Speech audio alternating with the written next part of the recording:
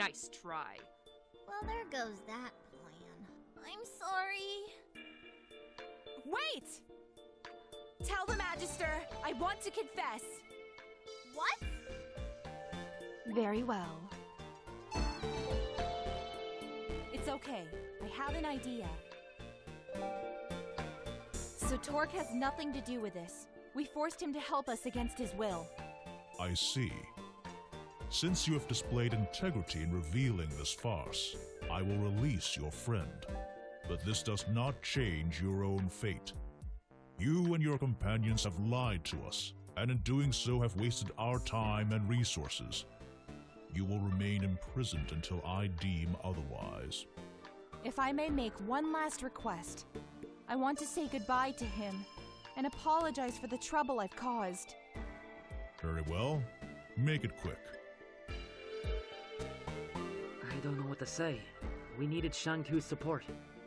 I know, but we can't do anything while we're all sitting behind bars. We need more evidence. But what about you guys? We'll catch up with you. Busting out of here will be a piece of crab cake.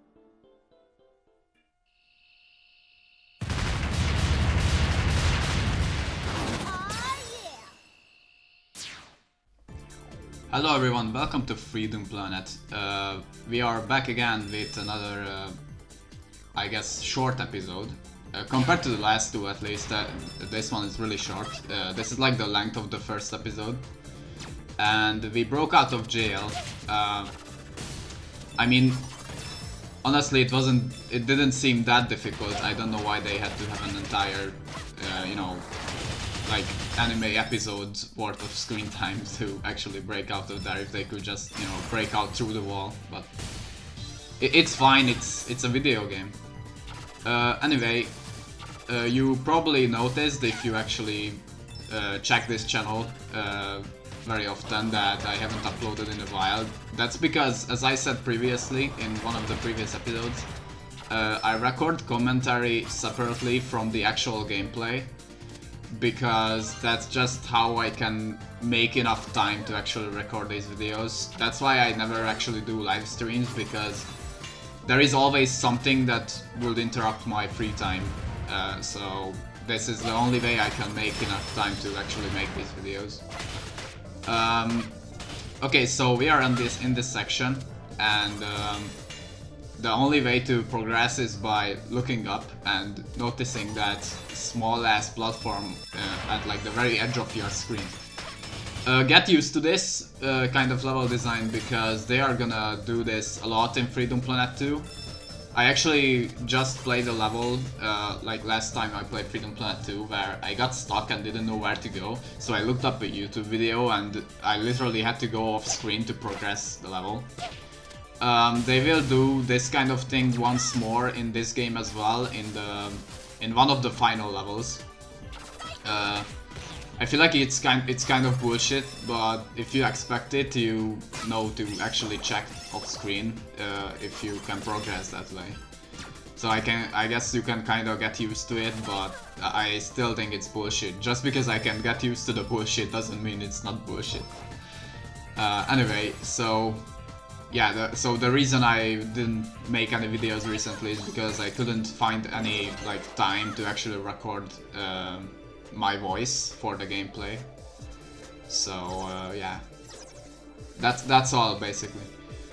Anyway, we have these giant bubbles, and they kind of work like the bubble shield in Sonic 3, but they are obviously far more powerful, and you can't use this ability with just the bubble shield. You can only do that with those specific bubbles that appear in this level. So yeah, I mean, you can kind of skip the entire level with them. They are kind of awkward to control, mostly because the camera is so zoomed in that you never know where you're going with them. So yeah, I guess you can use them for speedruns if you really know this game.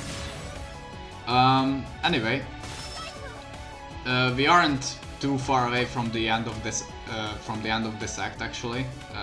I'm just kind of having my own skill issue moment over here. Yeah, this is a really weird level. Like, most of the level design is vertical, but it's not really a vertical level, it's more like a horizontal one. Also, the only way you can progress there is by using the cyclone on the spring. So if you don't, this is kind of like a Sonic Advance 2 moment. If you don't know about that mechanic, if you use the cyclone after hitting a spring, you go higher. You will never find out how to progress there without a YouTube video. That's kind of why I actually made sure to point out that you can jump higher from a spring if you do the cyclone after it, because it's really important here. Like, again, you can skip that entire platforming segment if you know that trick. So, yeah, you have to know this trick. Otherwise, you won't be able to make much progress, and the gameplay for you will be far more painful. Anyway, we have a boss fight with Nira. A lot of people love her. Or like loved her even in this game. I kinda don't like her. I mean, like, she always remains as a dick in this game. She only gets some kind of character development from the second game. But it's great that they actually have her in Freedom Planet 2, because that way I can kinda appreciate her character a bit. Her boss fight is way different from the other character bosses. She has a lot of attacks that the others don't. This is gonna be important in the second game, because out of all the characters in the second game, she has the most versatile moveset. So they kind of stay true to this boss fight, because in this game, her boss fight easily has the most moves out of any character boss. It's really interesting. I like it when developers stay true to the boss fights of characters instead of nerfing them to hell. And you know, like that meme where character when you fight against them versus character when you unlock them as a playable character thing. Nira is still OP as hell in the second game as a playable character. So that's great. I like that. I like that. This act is kind of similar to Launch Base Zone from Sonic 3. It's kind of like a semi-water, semi-land level, but unlike that level, this is way shorter, and you can also just swim on the top of the water and skip everything. I don't know what the point of the level design is if you can just do that, but I guess some people really hate water levels. I actually don't hate water levels nearly as much as most people do. I kinda don't mind them, or in some cases I actually enjoy them, like Jolly Roger Bay from Super Mario 64. I really like that level. But when I do actually hate a level, it's because that level is actually unfun to play, not because it's a water level. It's the same case with this game. I don't actually hate the water levels in this game because they are fun to play, even though they are water levels. Also, Nira just fucking froze herself. What an idiot. What a loser, dude. Imagine having ice abilities and jumping in the water and just freezing yourself. The skill issue, to be honest. Anyway, I don't know why they have that scene there, but it's really funny. Like, they really try hard to make you take that character seriously, and then they just do that. It's hilarious. You might have noticed that the background of this level is the same as the background in the intro cutscene of the game. That's because we are in the exact same area where the intro cutscene took place.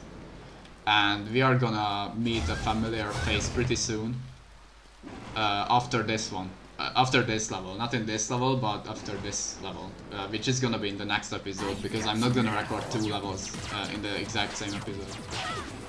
But here is another familiar face, Serpentine, who I once again suck at the game against. I don't know how I managed to record myself destroying this guy in the very first clip I recorded, and then I just started sucking at these bosses. I guess playing on a casual difficulty does that too.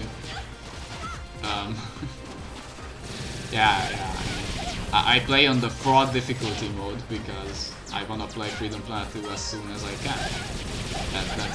I guess that makes sense, yes. The first phase of this boss is the exact same as before, but in the second phase he unlocks his giant fuck you helicopter, which it exists. It's kind of like, it's supposed to make the boss harder, but in reality you just kind of kill these guys that he spawns, and then he comes down, and then you can spam Cyclone to damage him, because why use any other attack in the game, you know? Like, there is no reason to use any other attack in the game than Cyclone if that's the only way you can damage the boss. I digress. Those enemies that he spawns are actually the toughest enemies in the game in terms of health. They are literally damage sponges. They aren't really hard to fight. They just have a lot of health, and they are especially annoying in the final level where there is like a crap ton of them at once. So at that point you don't even fight them, you just run through them, I guess. But we're gonna talk about that when we get there. We actually defeated Serpentine here, so I guess this is gonna be the end of the video. I know it was a short one. So anyway, thanks for watching, see you in the next episode.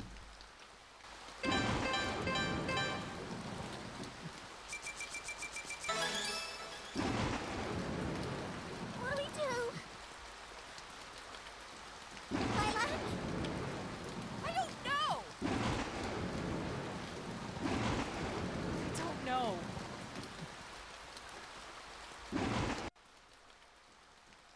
Maybe we're not cut out for this. We should go home. So that's it? We just leave and let Torque die? What are we supposed to do? I like Torque, but this is so much bigger than us. We're just kids. That doesn't mean anything.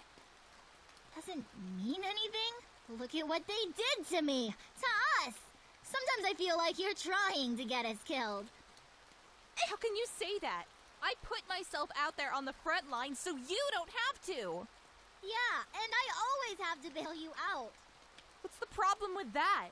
We're helping each other do the right thing. But I don't want to do the right thing! I just want to spend time with my best friend! If the only way I can do that is by risking my life, maybe we shouldn't be friends anymore. Carol... Don't! Just don't. I'm done. It's okay. I'm going after him. Alone. Let me come with you. No. Carol's right. Friends shouldn't let each other get hurt. You should stay behind with her. Mila, stay here. I won't leave you.